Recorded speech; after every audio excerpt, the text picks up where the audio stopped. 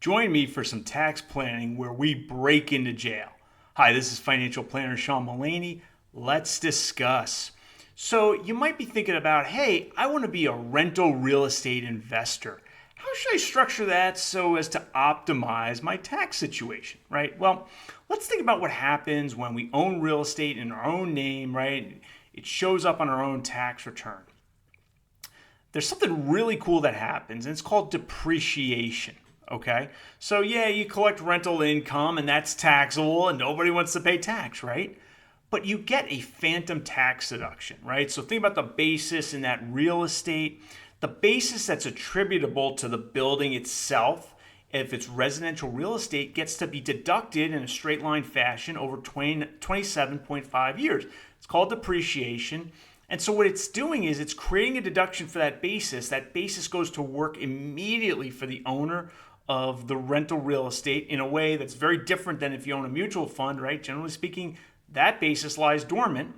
So what happens is you collect the rental income and you got to report that on your tax return, Schedule E. But okay, you have deductions, the plumber, the HOA fee, those sorts of things.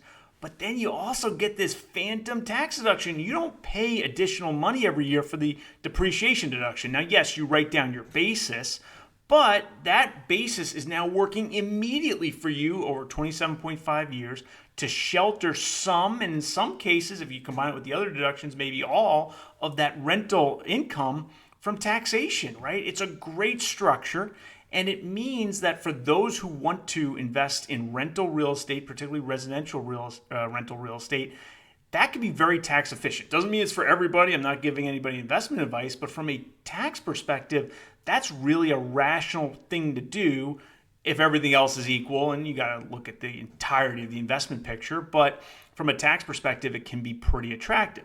Well, okay, what about breaking into jail? Well, you know what we could do instead of investing in rental real estate through our own name?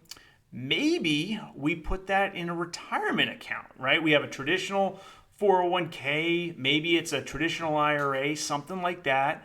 And what we do is we say, well, we got a bunch of money in there. Let's go use that money to buy rental real estate, right? Shouldn't we combine tax breaks and won't this be even better?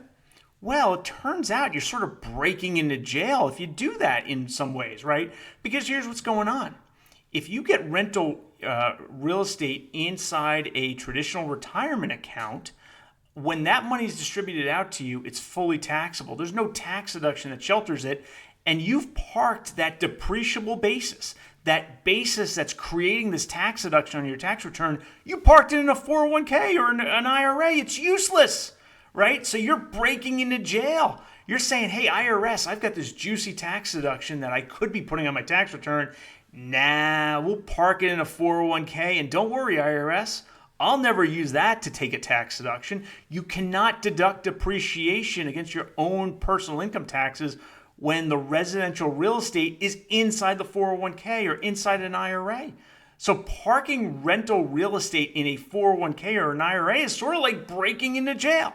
Now look, I'm not here to give blanket advice for everybody, but before you park a tax deduction inside a 401k, fully neutering it, you ought to think long and hard and make sure you understand the entire picture before doing something like that.